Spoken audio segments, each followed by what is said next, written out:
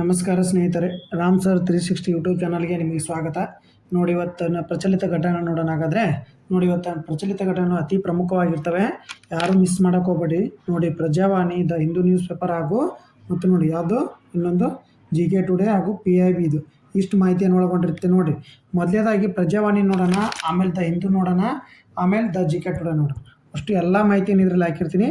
ಇವತ್ತಿನ ಮಾಹಿತಿ ಪ್ರಮುಖವಾಗಿರ್ತದೆ. ನೋಡಿ, ಒಂದು ರೌಂಡ್ ನೋಡಿ, GK ಟುಡೇ ಕ್ವಶನ್ನು ಎಲ್ಲನೂ ಪ್ರತಿ ಇಂಪಾರ್ಟೆಂಟ್. ಈಗ ನೋಡಿ, GK ಟುಡೇ ಇಷ್ಟೊತ್ತನ ಪ್ರಜಾವಾಣಿ, ಆಮೇಲೆ ದ ಹಿಂದೂ, PIB ಈ ಥರ ಮಾಹಿತಿಯನ್ನು ನೋಡೋಣ. ಒಂದೊಂದಾಗಿ ಕ್ವಶನ್ ನೋಡ್ಕೊತ ಹೋಗೋಣ. ಬರ್ರಿ ಹಾಗಾದ್ರೆ ಮೊದಲೇ ಕ್ವಶನ್ ನೋಡೋಣ. ನೋಡ್ರಿ ಹಾಗಾದ್ರೆ ಮೊದಲೇ ಕ್ವಶನ್ ಬರ್ರಿ. ಪ್ರಚಲಿತ ಘಟನೆ ನೋಡ್ರಿ, ದ ಹಿಂದೂ ನ್ಯೂಸ್ ಪೇಪರ್, ಇದು ಏನು ದ ಪ್ರಜಾವಾಣಿ ನ್ಯೂಸ್ ಪೇಪರ್ಲಿ ಬಂದಿರತಕ್ಕಂಥದ್ದು ಯಾವುದು?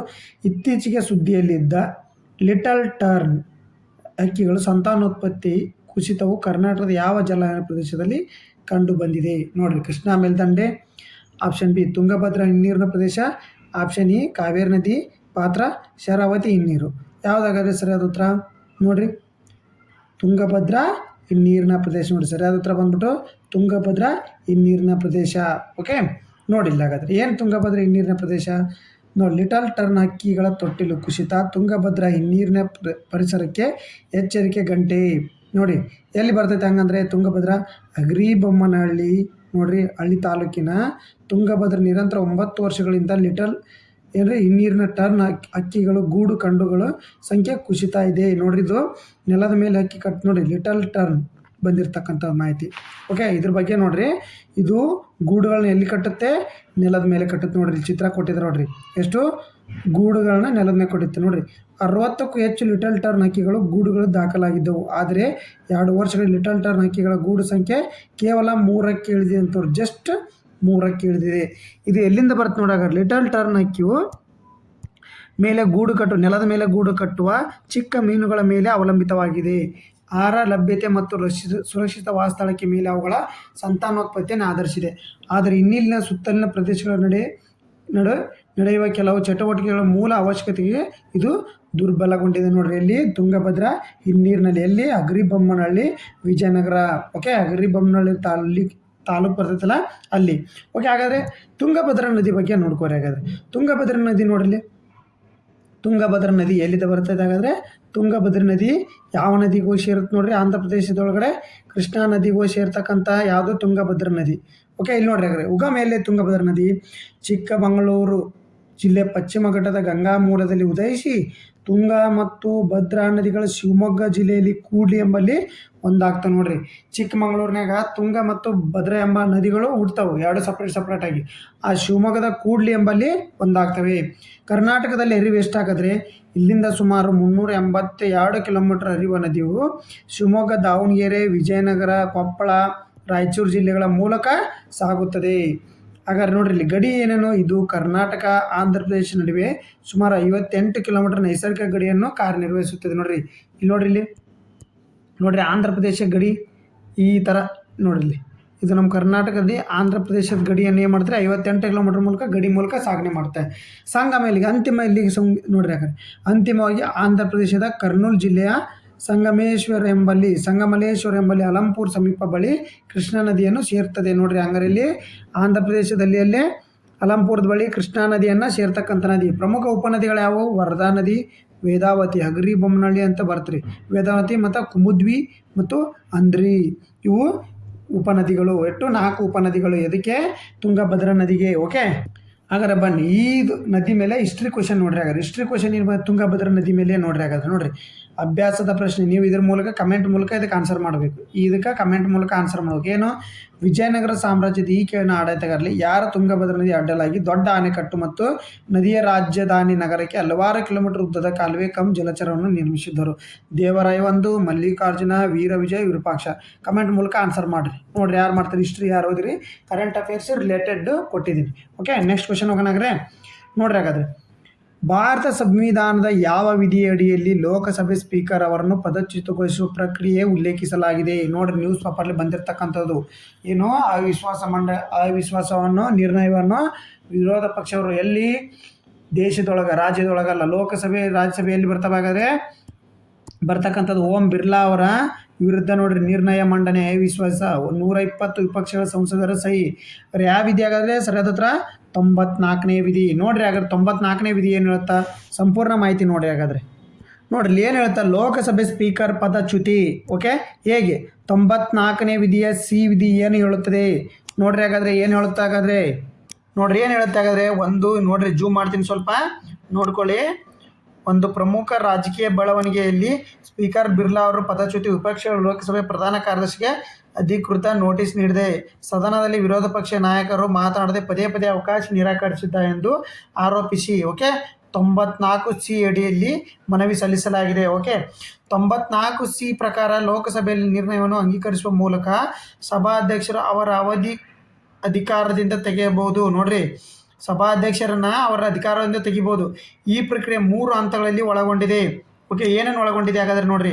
ಮೊದಲನೇ ಹಂತ ಏನ್ರಿ 14 ದಿನಗಳ ಕಡ್ಡಾಯ ನೋಟಿಸ್ ಕೊಡ್ಬೇಕ್ರಿ ಅವ್ರಿಗೆ. 14 ದಿನದ ಮೊದಲೇ ಕಡ್ಡಾಯ ನೋಟಿಸ್ ಕೊಡಬೇಕು. ಪದಚ್ಯುತಿ ಪ್ರಕ್ರಿಯೆ ಲಿಖಿತ ನೋಟಿಸ್ನೊಂದಿಗೆ ಪ್ರಾರಂಭವಾಗುತ್ತದೆ. ಓಕೆ, ಲಿಖಿತ ನೋಟಿಸ್ನೊಂದಿಗೆ ಪ್ರಾರಂಭವಾಗುತ್ತದೆ. ಓಕೆ, ಹಾಗಾದ್ರೆ ನೋಡ್ರಿ ಬಂದ್ಬಿಟ್ಟು ಇಲ್ಲಿ ನೋಡ್ರಿ ಕಾರ್ಯದರ್ಶಿಗೆ ಕನಿಷ್ಠ 14 ದಿನದ ಮುಂಚಿತವಾಗಿ ನೋಟಿಸ್ ನೀಡಿದ ಹೊರತು ಅಂತ ಯಾವುದೇ ನಿರ್ಣಯ ಸದನದಲ್ಲಿ ಮಂಡಿಸಲ್ಲ.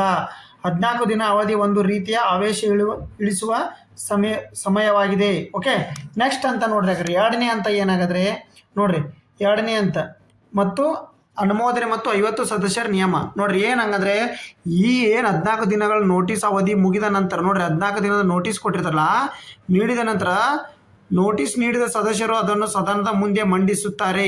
ಈ ನಿರ್ಣಯ ಮೇಲೆ ಕನಿಷ್ಠ 50 ಮಂದಿ ಏನಿರ್ಬೇಕ್ರಿ ಬೆಂಬಲ ನೀಡಿರಬೇಕು. ಇದು ಎರಡನೇ ಹಂತ. ಓಕೆ, ಇಲ್ಲಿ ಒಂದನೇ ಹಂತ ನೋಡಿದ್ರಿ 14 ದಿನಗಳು. ಓಕೆ, ಎರಡನೇ ಹಂತ ಏನಾಗಾದ್ರೆ ಕನಿಷ್ಠ 50 ಮಂದಿ ಸಿಗ್ನೇಚರ್ ಮಾಡಿರಬೇಕು. ಓಕೆ, ಮೂರನೇ ಹಂತ ಏನಾಗಾದ್ರೆ ಮೂರನೇ ಹಂತ ನೋಡಿ 3 ಹಂತಗಳಲ್ಲಿ. ಓಕೆ, ಮೂರನೇ ಹಂತ ನಿರ್ಣಯವು ಚರ್ಚೆಗೆ ಅಂಗೀಕಾರವಾದ ನಂತರ ಮತದಾನ ನಡೆಯುತ್ತದೆ. ನೋಡ್ರಿ ಹಾಗಾದ್ರೆ ಜೂಮ್ ಮಾಡ್ತೀನಿ ಸ್ವಲ್ಪ ನೋಡ್ಕೋರಿಲ್ಲಿ. ಮತದಾನ ಪದಚ್ಯುತಿಗೊಳಿಸಲು ಸದನದ ಎಲ್ಲ ಹಾಲಿ ಸದಸ್ಯರ ಪೈಕಿ ಬಹುಮತದ ಅಗತ್ಯವಿದೆ. ಇದನ್ನು ಕಾರ್ಯಕಾರಿ ಬಹುಮತ ಎಂದು ಕರೆಯುತ್ತಾರೆ. ಆದರೆ ಒಟ್ಟು ಸದಸ್ಯರ ಸಂಖ್ಯೆಯಲ್ಲಿ ಖಾಲಿ ಇರುವ ಸ್ಥಾನಗಳನ್ನು ಕಳೆದ ನಂತರ ಬರುವ ಸಂಖ್ಯೆ ಅರ್ಧಕ್ಕಿಂತ ಹೆಚ್ಚಿನ ಮತಗಳು ನಿರ್ಣಯ ಪರವಾಗಿ ಬೀಳಬೇಕು. ಕೇವಲ ಸದನದಲ್ಲಿ ಹಾಜರಿರುವ ಮತ್ತು ಮತ ಚಲಾಯಿಸುವ ಸದಸ್ಯರ ಸಾಮಾನ್ಯ ಬಹುಮತ ಇಲ್ಲಿ ಸಾಕಾಗುವುದಿಲ್ಲ. ವಿರೋಧ ಪಕ್ಷಗಳು ಇಡೀ ಸದನದ ಒಟ್ಟಾರೆ ಬಲದಲ್ಲಿ ತಾವು ಸಂಖ್ಯಾಬಲ ಸಾಬೀತುಪಡಿಸಬೇಕು. ಏನು ಗೊತ್ತ್ರಿ ಇದರ ಅರ್ಥ? ಮೂರನೇ ಹಂತದ ಅರ್ಥ ಏನು ಗೊತ್ತ್ರಿ? ಮೂರನೇ ಹಂತದ ಅರ್ಥ ಏನಂದ್ರ ಈಗ ಸದನದಲ್ಲಿ ಏನಿರ್ತಾರಲ್ಲ ಒಟ್ಟು ಸದಸ್ಯರ ಸಂಖ್ಯೆಗಳನ್ನು ನೋಡ್ರಿ. ಒಟ್ಟು ಸದಸ್ಯರ ಸಂಖ್ಯೆಯನ್ನು ಸದನದಲ್ಲಿ ಹಾಜರಿರ್ತಕ್ಕಂಥ ಒಟ್ಟು ಸದಸ್ಯರ ಸಂಖ್ಯೆಯನ್ನು ಟೋಟಲ್ ಎಷ್ಟು ಸಂಖ್ಯೆ ನಮ್ಮದು ವಿಧಾನ ಪರಿಷತ್ ಎಷ್ಟು ಐತ್ರಿ? ಇದು ವಿಧಾನ ಪರಿಷತ್ ಐತಿ ನೋಡಿ. ನಮ್ಮದು ಲೋಕ ಸಂಸತ್ತು ಎಷ್ಟೈತಿ ಅದ್ರೊಳಗಡೆ ಕಳಿಬೇಕ್ರಿ.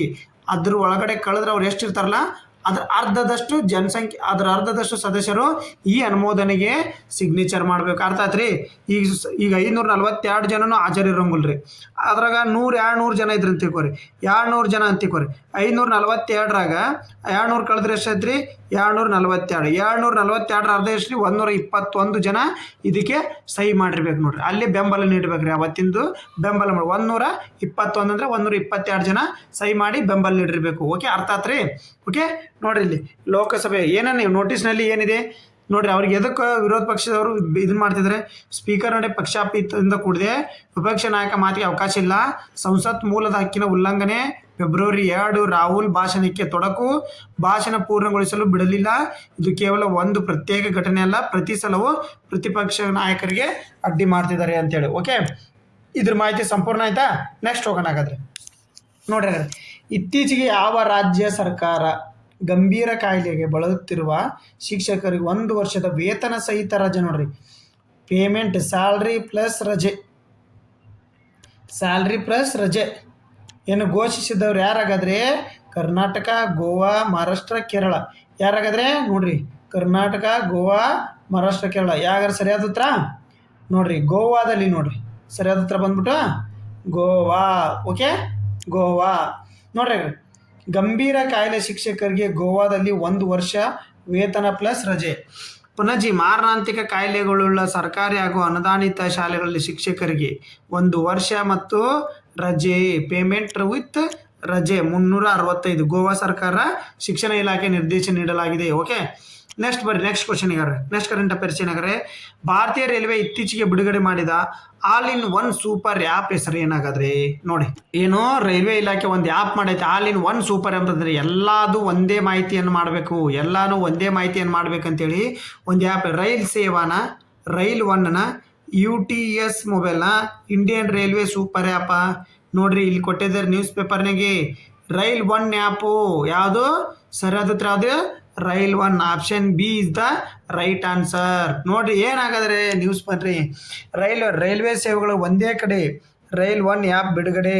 ಓಕೆ, ನೋಡ್ರಿ ಭಾರತೀಯ ರೈಲ್ವೆ ಇಲಾಖೆ ತನ್ನ ಅಧಿಕೃತ all in one super app rail one ಅನ್ನು ಬಿಡುಗಡೆ ಮಾಡಿದೆ. ಈ ಆ್ಯಪ್ ಪ್ರಯಾಣಿಕರ ಹಲವಾರು ರೈಲ್ವೆ ಸೇವೆಗಳನ್ನು ಪಡೆಯಲು ಸುಲಭ, ಅನುಕೂಲಕ ಡಿಜಿಟಲ್ ವೇದಿಕೆ ಒದಗಿಸುತ್ತದೆ.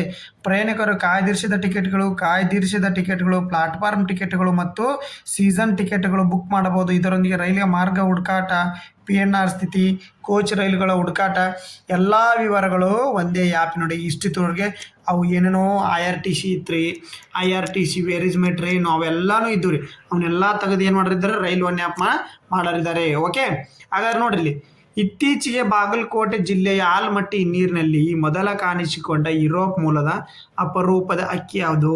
ನಾರ್ತನ್ ಶೋವ್ಲರ್, ಕಾಮನ್ ಚಿಪ್ಚಾಪ್, ನೋಡ್ರಿ ಗ್ರೇಟರ್ ಫ್ಲೆಮಿಂಗೋ, ರೆಡ್ಡಿ ಶೆಲ್ಡಕ್. ನೋಡ್ರಿ ಸರಿಯಾದ ಉತ್ತರ ಆಲ್ಮಟ್ಟಿ ಹಿನ್ನೀರಿನ ಜಲಾಶಯ. ಯಾವ್ದು ಬರ್ತೈತ್ರಿ? ಆಲ್ಮಟ್ಟಿ ಹಿನ್ನೀರಿಗೆ. ಆಲ್ಮಟ್ಟಿ ಲಾಲ್ ಬಹದ್ದೂರ್ ಶಾಸ್ತ್ರಿ ಅಣೆಕಟ್ಟು, ಲಾಲ್ ಬಹದ್ದೂರ್ ಶಾಸ್ತ್ರಿ ಅಣೆಕಟ್ಟು ಯಾವ್ದ್ರಿ? ಕೃಷ್ಣಾ ನದಿಗೆ. ನೋಡ್ರಿ ಕೃಷ್ಣಾ ನದಿಗೆ ಅಲ್ಲಿ ಬಂದಿರತಕ್ಕಂಥ ಪಕ್ಷಿ ಯಾವುದು? ಇದು ನೋಡ್ರಿ ಎಲ್ಲಿಂದ ಬರ್ತೈತಿ? ಯುರೋಪಿನಿಂದ ವಾಸಿಸ್ತಕ್ಕಂಥ ನೋಡ್ರಿ ಯುರೋಪಿನ ಏನ್ರಿ ಯುರೋಪ್ 6300 ಕಿಲೋಮೀಟರು ನೋಡ್ರಿ ಅಲ್ಲಿಂದ ವಲಸೆ ಬರ್ತಕ್ಕಂಥ ಪಕ್ಷಿ ಇದು ಯಾವ್ರಿ? ಕಾಮನ್ ಚಿಪ್ಚಾಪ್. ನೋಡ್ರಿ ಹಾಗಾದ್ರೆ ಮಾಹಿತಿ ನೋಡ್ರಿ, ನೋಡ್ರಿ ಚಿಪ್ಚಾಪ್ ಅಕ್ಕಿ ಯುರೋಪಿನಿಂದ ವಲಸೆ ಬಂದು ಅನಗವಾಡಿ ಬಳಿ ವಿವರ ಯಾವ್ದಾದ್ರಿ? ಚಿಪ್ಚಾಪ್ ಅಕ್ಕಿ, ನಾಬಿಲ್ ಡಕ್, ರೆಡ್ಡಿ ಶೆಲ್ಟರ್. ನೋಡ್ರಿ ಇಲ್ಲಿ ಯಾವ ಅಕ್ಕಿಗಳು. ಆದರೆ ಇತ್ತೀಚೆಗೆ ಅವ್ರು ಏನು ಕೇಳ್ರಿ, ಇತ್ತೀಚೆಗೆ ಮೊದಲ ಬಾರಿ ಕಾಣಿಸ್ಕೊಂಡೈತಿ ಹಿನ್ನೀರಿನಲ್ಲಿ. ಬಸ್ಟ್ ಇವೆಲ್ಲ ನೋಡ್ರಿ ನಾರ್ತನ್ ಶೋವ್ಲರ್ ಇವು ಮೊದಲಾಕ, ರೆಡ್ಡಿ ಶೆಲ್ಟರ್ ಇವು ಮೊದಲಾಕ ನೋಡಿ ಇತ್ತೀಚೆಗೆ ಕಾಣಿಸ್ಕೊಂಡಿದ್ದಂತ ಯಾವ್ದಾಗಾದ್ರೆ ನೋಡ್ರಿ ಚಿಪ್ಚಾಪ್ ಅಕ್ಕಿ ಈ ಥರ ಅಕ್ಕಿ ನೋಡ್ರಿ. ಯಾರು ನೋಡ್ರಿ ಆಲ್ಮಟ್ಟಿ ಕಡೆಗೆ ಯಾರಿದೆ ನೋಡ್ರಿ, ನಾನ್ ಬಿಲ್ಡಟ್ ಡಕ್ ಇದು ಕಾಣಿಸ್ಕೊಂಡೈತ್ರಿ, ಇದು ಯುರೋಪ್ ಮೂಲದ್ರಿ. ಏನ್ರಿ? ರೆಡ್ಡಿ ಶೆಲ್ಡಕ್ ಇದು ನೆನ್ಪಿಟ್ಕೋರಿ. ಓಕೆ, ಇವು 3 ಅಕ್ಕಿ ನೆನ್ಪಿಟ್ಕೋರಿ. ಬಾಗಲಕೋಟೆ ಜಿಲ್ಲೆ ಆಲ್ಮಟ್ಟಿ ಹಿನ್ನೀರಲ್ಲಿ ಕಂಡುಬರೋ ಗ್ರೇಟರ್ ಫ್ಲೆಮಿಂಗೋ ಪಕ್ಷಿಗಳು ನೋಡ್ರಿ. ಇವೆಲ್ಲ ಪಕ್ಷಿಗಳಲ್ಲಿ ಭಾರತದ ಇದು ಯಾವ್ದ್ರಿ? ಭಾರತ ನೋಡಿ ಕರ್ನಾಟಕದ ಆಲ್ಮಟ್ಟಿ ಆನೆಕಟ್ಟಿನ ಹಿನ್ನೀರಿನಲ್ಲಿ ಬರ್ತಕ್ಕಂಥ ಪಕ್ಷಿಗಳು ನೋಡ್ರಿ ಇವು. ಓಕೆ, ಇವು 4 ಅಕ್ಕಿಗಳು ನೆನ್ಪಿಟ್ಟವ್ರು ನೋಡ್ರಿ. ಹಾಗಾದ್ರೆ ಸಾವಿರಾರು ಪಕ್ಷಿಗಳ ವಿಹಾರ ತಾಣವಾಗಿರುವ ಜಿಲ್ಲೆ ಆಲ್ಮಟ್ಟಿ ಹಿನ್ನೀರಿನಲ್ಲಿ ಕಾಮನ್ ಚಿಪ್ಚಾಪ್ ಅಕ್ಕಿ ಪತ್ತೆಯಾಗಿದೆ.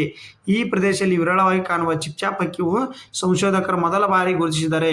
ಜಿಲ್ಲೆ ಬೆಳಗಿಯ ಅನಗವಾಡಿ ಬಳಿ ಅಕ್ಕಿ ಕಾಣಿಸಿಕೊಂಡಿದೆ. ನೋಡ್ರಿ ಇಲ್ಲಿ ಎಲ್ಲಿಂದ ಬಂದೈತಿ? ಯುರೋಪಿಂದ. ನೋಡ್ರಿ ಸಮಶೀತೋಷ್ಣ ವಲಯದ ಪ್ರದೇಶಕ್ಕೆ ವಲಸೆ ಬರುತ್ತದೆ. ಯುರೋಪ್ ಅಂದಾಜು 6500 ಕಿಲೋಮೀಟರ್ ಕ್ರಮಿಸಿ ಬರುವ ಹಕ್ಕಿ ಹಿನ್ನೀರಿನಲ್ಲಿ ಸುರಕ್ಷಿತ ತಾಣ ಕಂಡುಕೊಂಡಿವೆ. ಏಷ್ಯಾ ರಾಷ್ಟ್ರಗಳು, ರಾಜ್ಯದ ಪಶ್ಚಿಮ ಘಟ್ಟ, ಕೊಡಗು, ಮೈಸೂರು, ಕಲಬುರಗಿ, ಹುಬ್ಬಳ್ಳಿ ಸೇರಿದಂತೆ ಹಲವೆಡೆ ಹಕ್ಕಿಗಳು ಕಂಡು ಬರ್ತವೆ. ನೋಡ್ರಿ ಹುಲಿ ಹಕ್ಕಿ ಅಂತ ಕರೀತಾರೆ ಇದನ್ನ.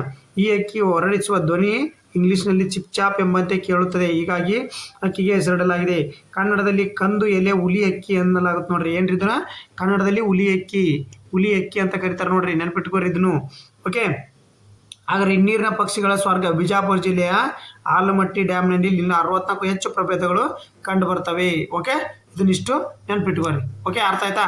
ಹಾಗಾದ್ರೆ ಕೃಷ್ಣಾ ನದಿ ಬಗ್ಗೆ ನೋಡ್ಕೊಡ್ರಿ. ಹಂಗಾರೆ ಆಲ್ಮಟ್ಟಿ ಡ್ಯಾಮ್ ಬಗ್ಗೆ ನೋಡ್ಕೊರಿ. ಹಾಗಾದ್ರೆ ಆಲ್ಮಟ್ಟಿ ಡ್ಯಾಮ್ ಐತಲ್ಲ ಆನೆಕಟ್ಟು, ಕೃಷ್ಣಾ ನದಿ ಬಗ್ಗೆ ಇಲ್ಲಿ ಹೇಳ್ತೀನಿ.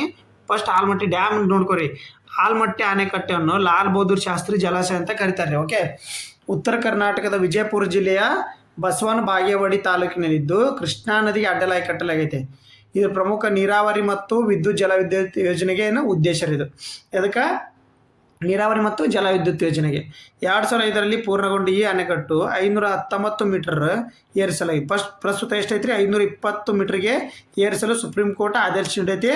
ಬಟ್ ತಮಿಳ್ನಾಡು ಆಂಧ್ರ ಸರ್ಕಾರ ಏನ್ರಿ ಇದಕ್ಕೆ ಆಂಧ್ರ ಸರ್ಕಾರ ಏನು ಮಾಡೈತ್ರಿ? ಏನೋ ವಿರೋಧ ಒಡ್ಡಾಕತ್ತೈತಿ ಇದಕ್ಕೆ. ಓಕೆ, TMC ನೀರಿಗಿಂತ ಹೆಚ್ಚಿನ ಸಂಗ್ರಹ ಸಾಮರ್ಥ್ಯವನ್ನು ಹೊಂದಿದೆ. ಓಕೆ, 123 TMC ನೀರು. ಹಾಗಾದರೆ ಕೃಷ್ಣಾ ನದಿ ಬಗ್ಗೆ ನೋಡ್ರಿ. ಕೃಷ್ಣಾ ನದಿ ಮಹಾರಾಷ್ಟ್ರ, ಕರ್ನಾಟಕ, ತೆಲಂಗಾಣ, ಆಂಧ್ರ ಪ್ರದೇಶದಲ್ಲಿ ಹೋಗಿ ಕೃಷ್ಣಾ ನದಿ ಬಂಗಾಳ ಕೊಲ್ಲಿಯನ್ನು ಸೇರ್ತೈತಿ.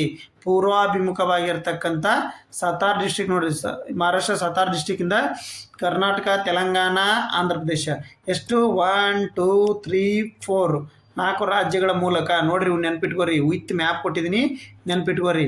ಓಕೆ ನೋಡ್ರಿ ಇಲ್ಲಿ ಇವು 4 ಮ್ಯಾಪನ್ನು ನೆನ್ಪಿಟ್ಕೋರಿ. ಓಕೆ ಹಂಗಾರೆ ಉಗಮ ನೋಡ್ರಿ, ಇದು ಮಹಾರಾಷ್ಟ್ರ ರಾಜ್ಯದ ಪಶ್ಚಿಮ ಘಟ್ಟಗಳಲ್ಲಿ ಮಹಾಬಲೇಶ್ವರ ಸಮೀಪ ಸಮುದ್ರ ಮಟ್ಟದಿಂದ ಸುಮಾರು 1337 ಮೀಟರ್ ಎತ್ತರ ಜನಿಸುತ್ತದೆ.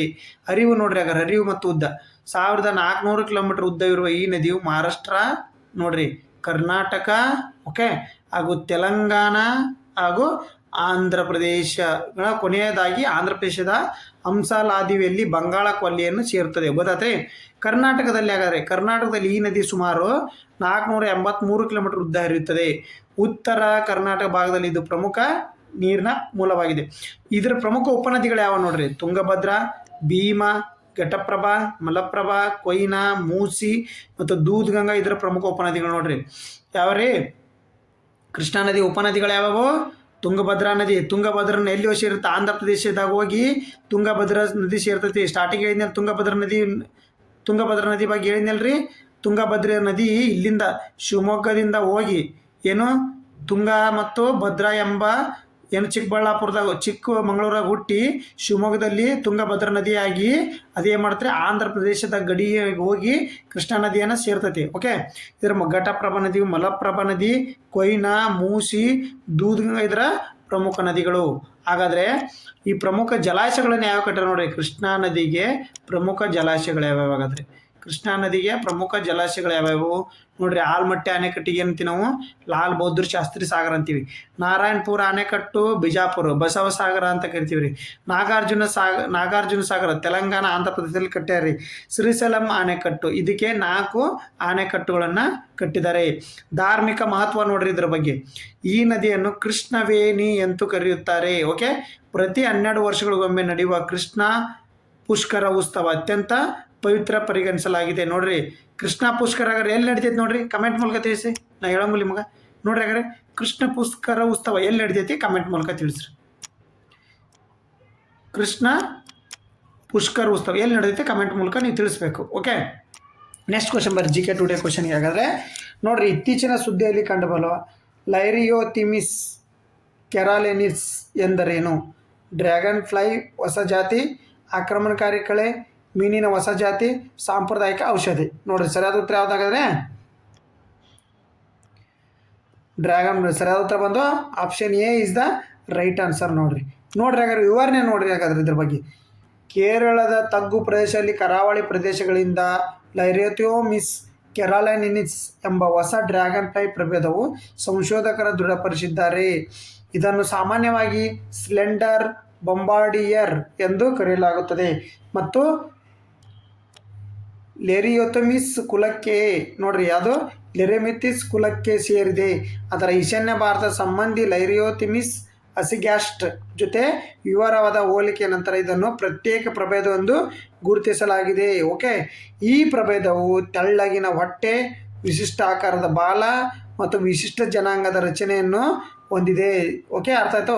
ಇದು ಮಳೆಗಾಲದಲ್ಲಿ ಕಾಣಿಸಿಕೊಳ್ಳುತ್ತೆ ಮತ್ತು ಮಳೆ ಕಡಿಮೆ ಆದಂತೆ ಕಣ್ಮರೆಯಾಗುತ್ತದೆ. ಯಾವುದು? ಡ್ರ್ಯಾಗನ್ ಫ್ಲೈ ಹೊಸ ಪ್ರಭೇದ ಎಲ್ಲಿ? ಕೇರಳದಾಗ. ಓಕೆ ಡ್ರ್ಯಾಗನ್ ಫ್ಲೈ ಹೊಸ ಪ್ರಭೇದ ಲೈರಿಯೋಥಿಮಿಸ್ ಕೆರಾಲೆನಿಸ್ ಪ್ರಭೇದ ನೋಡ್ರಿ. ಓಕೆ ಹಾಗಾದ್ರೆ ನೆಕ್ಸ್ಟ್ ಕ್ವಶನ್ ಬರ್ರಿ, GK today question. Copernicus Sentinel two mission ಯಾವ ಬಾಹ್ಯಾಕಾಶ ಸಂಸ್ಥೆ ಅಭಿವೃದ್ಧಿಪಡಿಸಿದ ಭೂ ವಿಜ್ಞಾನ ಉಪಗ್ರಹ ಕಾರ್ಯಾಚರಣೆ ಆಗಿದೆ? ಯಾವುದಾಗಾದ್ರೆ ಭಾರತೀಯ ಬಾಹ್ಯಾಕಾಶ ಸಂಸ್ಥೆ ಇಸ್ರೋ, ಏನು ಯುರೋಪಿಯನ್ ಯೂನಿಯನ್ ಬಾಹ್ಯಾಕಾಶ ಸಂಸ್ಥೆ, ಜಪಾನ್ ಏರೋಸ್ಪೇಸು, ಚೀನಾ ರಾಷ್ಟ್ರೀಯ ಬಾಹ್ಯಾಕಾಶ ಸಂಸ್ಥೆ. ಯಾವುದಾಗಾದ್ರೆ ಸರಿಯಾದ ಉತ್ತರ ನೋಡ್ರಿ ಸ್ನೇಹಿತರೆ? ಸರಿಯಾದ ಉತ್ತರ ಬಂದ್ಬಿಟ್ಟು ಇದಕ್ಕೆ ಯುರೋಪಿಯನ್ ಯೂನಿಯನ್ ನೋಡ್ರಿ, US. ಓಕೆ ಯುರೋಪಿಯನ್ ಯೂನಿಯನ್ ನೋಡ್ರಿ. ಹಾಗಾದ್ರೆ ಇದರ ಕೋಪರ್ನಿಕಸ್ ಸೆಂಟಿನೆಲ್-2 ದ ಯುರೋಪಿಯನ್ ಬಾಹ್ಯಾಕಾಶ ಸಂಸ್ಥೆ ಕೋಪರ್ನಿಕಸ್ ಸೆಂಟಿನೆಲ್-2 ಮಿಷನ್ ಮೂಲಕ ಹೆಚ್ಚಿನ ರೆಸಲ್ಯೂಷನ್ ಹೊಂದಿರುವ ಉಪಗ್ರಹ ಚಿತ್ರವನ್ನು ಬಿಡುಗಡೆ ಮಾಡಿದೆ. ನೋಡ್ರಿ ಹೆಚ್ಚಿನ ರೆಸಲ್ಯೂಷನ್ ಹೊಂದಿರುವ ಉಪಗ್ರಹ ಚಿತ್ರವನ್ನು ಬಿಡುಗಡೆ ಮಾಡಿದೆ. ಸೆಂಟಿನೆಲ್-2 ಏನು ಮಿಷನ್ 2 ರೀ.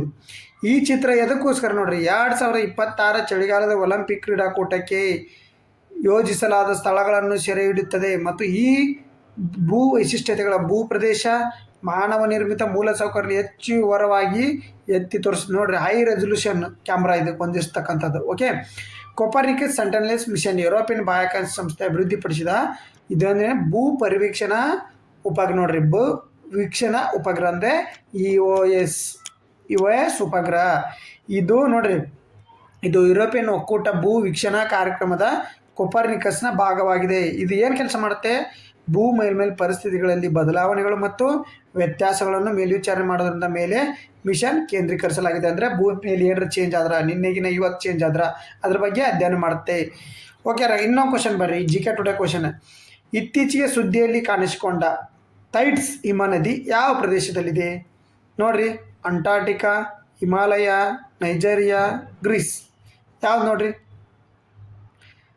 ಥೈಟ್ಸ್ glacier that was recently seen in the news is located in the which region? ನೋಡ್ರಿ, ಸರಿಯಾದ ಉತ್ತರ ಬಂದ್ಬಿಟ್ಟು ಸ್ನೇಹಿತರಿಗೆ ಅಂಟಾರ್ಟಿಕಾ. ನೋಡ್ರಿ, ಅಂಟಾರ್ಟಿಕಾ. ಓಕೆ, ಮಾಹಿತಿ ನೋಡ್ರಿ ಹಾಗಾದ್ರೆ ಏನಂತೇಳಿ. ಎದಕ್ಕೋಸ್ಕರ ನ್ಯೂಸಲ್ಲಿ ಐತೆ? ಮಾನವ ಪ್ರೇರಿತ ಹವಾಮಾನ ಬದಲಾವಣೆಯಿಂದಾಗಿ ಥೈಟ್ಸ್ ಹಿಮ ನದಿ ವೇಗವಾಗಿ ಕರಗುತ್ತಿದೆ, ಓಕೆ, ಎಂದು ವಿಜ್ಞಾನಿಗಳು ಎಚ್ಚರಿಸ್ತಾರೆ. ಇದು ಪಶ್ಚಿಮ ಅಂಟಾರ್ಟಿಕಾದಲ್ಲಿದ್ದು ಒಂದು ಬೃಹತ್ ಹಿಮ ನದಿಯಾಗಿತ್ತು. ಇದನ್ನು ಸಾಮಾನ್ಯವಾಗಿ ಡೂಮ್ಸ್ಡೇ ಹಿಮ ನದಿ ಎಂದು ಕರೀತಾರೆ. ನೋಡಿ, ಡೂಮ್ಸ್ಡೇ ಹಿಮ ನದಿ ಆಲ್ಮೋಸ್ಟ್ ನೀವು ನ್ಯೂಸಲ್ಲಿ ಭಾಳ ಸರಿ ಕೇಳಿದಿರಿ. ಓಕೆ, ಡೂಮ್ಸ್ಡೇ ಹಿಮ ನದಿಯನ್ನು ಥೈಟ್ಸ್ ನದಿ ಅಂತ ಕೇಳ್ತಾರೆ. ಎಲ್ರಿ, ಇದು ಪಶ್ಚಿಮ ನೋಡ್ರಿ ಅಂಟಾರ್ಟಿಕಾದೊಳಗಡೆ. ಓಕೆ, ಈ ಹಿಮ ನದಿ ತುಂಬ ಅಗಲ ಮತ್ತು ವೇಗವಾಗಿ ಹರಿಯುತ್ತದೆ. ಸರಿಸುಮಾರು ಫ್ಲೋರಿಡಾ ಅಥವಾ ಗ್ರೇಟರ್ ಬ್ರಿಟನ್ ಗಾತ್ರ, ಯಾವುದು ನಮ್ಮದು ಬ್ರಿಟನ್ ಲಂಡನ್ ಐತಲ್ಲ, ಲಂಡನ್ ಗಾತ್ರವಾಗಿ ಹರಿಯುತ್ತಂತೆ. ನೋಡ್ರಿ, ಇದು ಅತ್ಯಂತ ಮುಖ್ಯವಾಗಿದೆ. ಏಕೆಂದರೆ ಇದು ಈಗಾಗಲೇ ಜಾಗತಿಕ ವಾರ್ಷಿಕ ಸಮುದ್ರ ಮಟ್ಟ ಏರಿಕೆ ಸುಮಾರು 4% ಕೊಡುಗೆ ನೀಡಿದೆ. ನೋಡ್ರಿ, ಭೂಮಿ ಮಟ್ಟ ಕಡಿಮೆಯಾಗಿ ಭೂಮಿ ಮೇಲೆ ಸಮುದ್ರ ಮಟ್ಟ ಜಾಸ್ತಿ ಆಗೋಕ್ಕೆ ಆಲ್ರೆಡಿ 4% ಇದೇನು ಇನ್ವಾಲ್ವ್ ಆಗೈತೆ. ಅದಕ್ಕೆ ಇದು ಹಿಮಗಳ ಕರಿ ನೀರಾಗ್ತಿದೆ. ಓಕೆ, ಇದು ತೆಳುವಾಗಿದ್ದು ಹಿಮಮೆಟ್ಟುಗಳು ಮತ್ತು ಸಾಗರಗಳಿಗೆ ಹೆಚ್ಚು ಕರಗುವ ನೀರನ್ನು ಸೇರಿಸುತ್ತದೆ ಎಂದು ಅಧ್ಯಯನಗಳು ತೋರಿಸಿವೆ. ಅದು ಕುಸಿದರೆ ಅದು ಪಶ್ಚಿಮ ಅಂಟಾರ್ಟಿಕ್ ಮಂಜುಗಡ್ಡೆಯನ್ನು ಅಸ್ಥಿರಗೊಳಿಸಬಹುದು ಮತ್ತು ಇದು ಸಮುದ್ರ ಮಟ್ಟ ತೀವ್ರ ಏರಿಕೆಗೆ ಕಾರಣವಾಗುತ್ತೆ. ಅದು ಥೈಟ್ಸ್ ಹಿಮ ನದಿ. ಓಕೆ, ಡೂಮ್ಸ್ಡೇ ಅಂತ ನಾವು ಕರಿತಿದ್ವಿ. ಹಾಗಾದ್ರೆ ದ ಹಿಂದೂ ನ್ಯೂಸ್ ಪೇಪರ್ ಆರ್ಟಿಕಲ್ಲಿ ಬನ್ನಿ. ದ ಹಿಂದೂ ನ್ಯೂಸ್ ಪೇಪರ್ ನೋಡ್ರಿ. ಇತ್ತೀಚಿನ ಅಧ್ಯಯನಗಳ ಪ್ರಕಾರ ಕಳೆದ 20 ವರ್ಷಗಳಲ್ಲಿ ವಿಶ್ವದ ಅರ್ಧಕ್ಕಿಂತ ಹೆಚ್ಚು ಸಾಗರಗಳ ಬಣ್ಣದಲ್ಲಿ ಯಾವ ಬದಲಾವಣೆ ಕಂಡು ಬಂದಿದೆ? ನೋಡ್ರಿ, ದ ಹಿಂದೂ ನ್ಯೂಸ್ ಪೇಪರ್ನೇ ಬಂದಿರತಕ್ಕಂಥದ್ದು ಸೈನ್ಸ್ ಆ್ಯಂಡ್ ಟೆಕ್ನಾಲಜಿ. ಓಕೆ, ಅದು ಕೆಂಪು ಬಣ್ಣಕ್ಕೆ ತಿರುಗೋದು, ಹಸಿರು ಬಣ್ಣಕ್ಕೆ ತಿರುಗೋದು, ನೀಲಿ ಬಣ್ಣಕ್ಕೆ, ಕಪ್ಪು ಬಣ್ಣಕ್ಕೆ. ಯಾವುದು ಸರಿಯಾದ ಉತ್ತರ? ಹಾಗಾದರೆ ಹಸಿರು ಬಣ್ಣಕ್ಕೆ ತಿರುಗೋದು ನೋಡಿ ಸ್ನೇಹಿತರೆ, ಹಸಿರು ಬಣ್ಣಕ್ಕೆ ತಿರುಗತಕ್ಕಂಥದ್ದು. ಓಕೆ, ನೋಡ್ರಿ ಹಾಗಾದ್ರೆ ಇಲ್ಲಿ ಬಂದಿರತಕ್ಕಂಥ ಮಾಹಿತಿ ಹಸಿರು ಬಣ್ಣಕ್ಕೆ. ನೋಡ್ರಿ, ಪಿಕ್ಚರ್ನೇ ಕಾಣಿಸ್ತೈತಾ? ಹವಾಮಾನ ಬದಲಾವಣೆಯಿಂದಾಗಿ ಸಾಗರಗಳಲ್ಲಿ ಪಾಚಿಗಳು, ಆಲ್ಗೆ ಬೆಳವಣಿಗೆ ಹೆಚ್ಚಾಗುತ್ತಿದೆ. ನೋಡ್ರಿ, ಸಾಗರದಲ್ಲಿ ನೋಡ್ರಿ, ಅಲ್ಲಿ ಏನಾರು ಪಾಚಿಗಳು ಬೆಳವಣಿಗೆ ಆದರೆ ಆಕ್ಸಿಜನ್ ಪ್ರಮಾಣ ಕಡಿಮೆ ಆಗುತ್ತೆ. ನೀರಿನ ಸಮುದ್ರದ ಪ್ರಾಣಿಗಳು ಸತ್ತೋಗ್ತವೆ. ಈ ಹಸಿರು ಪಾಚಿ ಸಾಗರ ನೀರಿನ ಬಣ್ಣವನ್ನು ನೀಲಿಯಿಂದ ಹಸಿರು ಬದಲಾಯಿಸುತ್ತದೆ. ಇದು ಸಾಗರ ಪರಿಸರ ವ್ಯವಸ್ಥೆಯಲ್ಲಿ ಅಸಮತೋಲನವನ್ನು ಸೂಚಿಸುತ್ತದೆ. Okay, global warming and pollution R the stripping vibrant colour from the nature. Okay, ನೋಡ್ರಿ ಹಾಗಾದ್ರೆ ಇನ್ನೊಂದು ಬರ್ರಿ. ಹಾಗಾದ್ರೆ ಪ್ರಾಣಿಗಳಲ್ಲಿ ಕಂಡುಬರುವ ಗಾಢ ಕಪ್ಪು ಕಂದ ಬಣ್ಣಕ್ಕೆ ಕಾರಣವಾದ ವರ್ಣದ್ರವ್ಯ ಪಿಗ್ಮೆಂಟ್ ಯಾವುದು? ಸೈನ್ಸ್ ಆ್ಯಂಡ್ ಟೆಕ್ನೇ ಬಂದಿರತಕ್ಕಂಥ question the Hindu news paper. ಯಾವುದು? ಪಿಯೋಮೆಲನಿನ್, ಎಮಿಲೋನಿನ್, ಕೆರೋಟಿನಾಯ್ಡ್, ಕ್ಲೋರೋಫಿಲ್. ಯಾವುದಾಗಾದ್ರೆ ಸರಿಯಾದ ಉತ್ತರ? ಯಾವುದಾಗಾದ್ರೆ ನೋಡಿ, ಸರಿಯಾದ ಉತ್ತರ ಯಾವುದಾಗಾದ್ರೆ? ಸರಿಯಾದ ಉತ್ತರ option A is the right answer. ಪಿಯೋಮೆಲ್. ನೋಡ್ರಿ, ಇಲ್ಲಿ ಲೇಖಕರ ಪ್ರಕಾರ ಎಮಿಲೋನಿನ್ ಗಾತ್ರ ಮತ್ತು ಕಪ್ಪು ಮತ್ತು ಕಂದ ಬಣ್ಣಗಳನ್ನು ನೀಡುತ್ತದೆ. ಆದರೆ ಪಿಯೋಮೆಲನಿನ್ ಹಳದಿ ಮತ್ತು ಕೆಂಪು ಛಾಯೆಗಳನ್ನು ನೀಡುತ್ತದೆ. ತಾಪಮಾನ ಏರಿಕೆಗಳ ಅನುಗುಣವಾಗಿ ಪ್ರಾಣಿಗಳು ಈ ವರ್ಣದ್ರವ್ಯವನ್ನು ಉತ್ಪಾದನೆಗೆ ಬದಲಾಯಿಸಿಕೊಳ್ಳುತ್ತವೆ. ನೋಡ್ರಿ, ತಾಪಮಾನ ಇಲ್ಲಿ ಐತಲ್ರಿ, ಇಲ್ಲಿ ಬಂದೈತಲ್ಲ ನೋಡ್ರಿ, ಗ್ಲೋಬಲ್ ವಾರ್ಮಿಂಗ್ ಅಂತೇಳಿ ಇದನ್ನು ನ್ಯೂಸ್ನಾಗ ಬಂದಿರತಕ್ಕಂಥದ್ದು ಕ್ವಶನ್ ಇದು. ಓಕೆ, ಹಾಗಾದ್ರೆ ಈ ವರ್ಣಗಳು ಉತ್ಪಾದಿಸೋದು ವಿವರ ನೋಡ್ರಿ. ಹಾಗಾದ್ರೆ ಜೈವಿಕ ನಿಯಮವಾದ ಗೋಗರ್ ನಿಯಮದ ಪ್ರಕಾರ ಉಷ್ಣವಲಯದ ಅಥವಾ ಆರ್ದ್ರತೆ ಹೆಚ್ಚಿರುವ ಪ್ರದೇಶಗಳಲ್ಲಿ ವಾಸಿಸುವ ಸಸ್ತನಿಗಳು ಮತ್ತು ಪಕ್ಷಿಗಳು ತಂಪಾದ ವನ ಪ್ರದೇಶಗಳಲ್ಲಿ ವಾಸಿಸುವುದಕ್ಕಿಂತ ಹೆಚ್ಚು ಗಾಢವಾದ ಬಣ್ಣವನ್ನು ಹೊಂದಿರ್ತವೆ. ಯಾಕಂದರೆ ಬಿಕಾಸ್ ಆಫ್ ಮೆಲನಿನ್. ಗೊತ್ತಾಯ್ತು? ಪಿಯೋಮೆಲನಿನ್. ಯಾಕಂದ್ರೆ ನೋಡ್ರಿ, ಕರ್ಗ ಇದ್ದರ ತನಕ ಮೆಲನಿನ್ ಜಾಸ್ತಿ ಇರ್ತೈತಿ, ಅದಕ್ಕೋಸ್ಕರ ಮೆಲನಿನ್ ಜಾಸ್ತಿ ಕಪ್ಪಾಗಿರ್ತೈತಿ. ಓಕೆ, ನೆಕ್ಸ್ಟ್ ಕ್ವಶನ್ ಬರ್ರಿ. ನೋಡ್ರಿ, ಇಲ್ಲಿ ಇನ್ನೊಂದು ಹಿಂದೂ ನ್ಯೂಸ್ ಪೇಪರ್ ಆರ್ಟಿಕಲ್ ರೀ. ಇದೂ ಭಾರತದ ಯಾವ ಭಾಗಗಳಲ್ಲಿ ಇತ್ತೀಚೆಗೆ ಹವಳದ ಬೀಳಿಸುವಿಕೆ ಘಟನೆ ವರದಿಯಾಗಿವೆ ಎಂದು ಲೇಖನ ತಿಳಿಸಿದೆ? ಮನ್ನಾರ್ ಕೊಲ್ಲಿ, ಲಕ್ಷದ್ವೀಪ, ಅಂಡಮಾನ್, ಕಚ್ ಕೊಲ್ಲಿ, ಮೇಲಿನ ಎಲ್ಲವೂ. ನೋಡ್ರಿ ಬೀಳ್ಸಾಗಕತ್ತೈತೆ ಅಂತ್ರಿ. ಯಾವುದು ಹವಳದ ಬೀಳಿಸುವಿಕೆ ನೋಡ್ರಿ, ಕೋರಲ್ ಬ್ಲೀಚಿಂಗ್ ಅಂತ ಕರೀತಾರೆ. ಯಾವ್ದ್ರಿ ಸರಿಯಾದ ಉತ್ತರ? ಸರಿಯಾದ ಉತ್ತರ ಬಂದ್ಬಿಡಿ ಸ್ನೇಹಿತರೆ, ಮೇಲಿನ ಎಲ್ಲವೂ ನೋಡ್ರಿ. ಮನ್ನಾರ್ ಕೊಲ್ಲೆಗೂ ಆಗೈತಿ, ಲಕ್ಷದ್ವೀಪದಾಗೂ ಐತಿ, ಕಚ್ ಕೊಲ್ಲೆದಾಗೂ ಆಗೈತಿ. ನೋಡ್ರಿ ವಿವರಣೆಯನ್ನು ಸ್ವಲ್ಪ. ಫೆಬ್ರವರಿ 2025 ವರದಿ ಪ್ರಕಾರ ಸಮುದ್ರ ತಾಪಮಾನ ಏರಿಕೆಯಿಂದ ಮನ್ನಾರ್ ಕೊಲ್ಲಿ, ಪಾಕ್ ಸ್ಟ್ರೀಟ್, ಲಕ್ಷದ್ವೀಪ, ಅಂಡಮಾನ್ ಮತ್ತು ಕಚ್ ಕೊಲ್ಲಿ ಹವಳ ದಿಬ್ಬಗಳು ತಮ್ಮ ಬಣ್ಣವನ್ನು ಕಳೆದುಕೊಂಡು ಬಿಳಿಯಾಗುತ್ತಿವೆ. ಇದು ಸಮುದ್ರ ಜೀವ ವೈವಿಧ್ಯತೆಗೆ ದೊಡ್ಡ ಅಪಾಯವಾಗಿದೆ. ಓಕೆ, ಅರ್ಥ ಆಯ್ತಾ? ಹಾಗಾದರೆ ನೀವು ಈ ಕ್ವಶನಿಗೆ ಕಮೆಂಟ್ ಮೂಲಕ ಆನ್ಸರ್ ಮಾಡಿರಿ. ನನ್ನ live class, science live class ಯಾರು ನೋಡ್ತಿಲ್ಲ, ಆ ಸೈನ್ಸ್ ಲೈವ್ ಕ್ಲಾಸ್ನಾಗ ನೋಡಿರಿ, ಬಲ ಮತ್ತು ಬಲದ ನಿಯಮಗಳು ಚಲನದ್ದು ಪಾಠ 9th ಸ್ಟ್ಯಾಂಡರ್ಡು ಭಾಗ 1ರಲ್ಲಿರ್ತಕ್ಕಂಥ ಚಾಪ್ಟರ್ ಮೇಲೆ ಇರ್ತಕ್ಕಂಥ ಕ್ವಶನ್ ರೀ ಇದು. ಸ್ಕೂಲ್ ಬುಕ್ಸ್ 9th ಸ್ಟ್ಯಾಂಡರ್ಡ್ ಮೇಲೆ ಕ್ವಶನು. ಬಲದ ವ್ಯಾಖ್ಯಾನವನ್ನು ನ್ಯೂಟನ್ನ ಯಾವ ನಿಯಮದಿಂದ ಪಡೆಯಲಾಗುತ್ತೆ? KPSC, group C, SSC, GD ಒಳಗಡೆ ಕ್ವಶನ್ ನೋಡ್ರಿ. ಮೊದಲನೇ ನಿಯಮ, ಎರಡನೇ ನಿಯಮ, ಮೂರನೇ ನಿಯಮ, ಗುರುತ್ವಾಕರ್ಷ ನಿಯಮ ಯಾವುದನ್ನು ಕಮೆಂಟ್ ಮಾಡಿರಿ. ಓಕೆ, ನೋಡಿರಿ ಯಾರು ನಮ್ಮ ಡೈಲಿ ಸೈನ್ಸ್ ಲೈವ್ ಕ್ಲಾಸಿಗೆ 6:30ಕ್ಕೆ ಇರ್ತಾ ಸೈನ್ಸ್ ಕ್ಲಾಸ್ನ ಬರ್ರಿ. ನೋಡಿರಿ 6, 7, 8 ಈಗ 9ನೇ ತರಗತಿಗೆ ಇದ್ದೀವಿ, ಬಂದು ಕ್ಲಾಸ್ನ ಜಾಯ್ನ್ ಆಗಿ. ಓಕೆ, ಧನ್ಯವಾದಗಳು.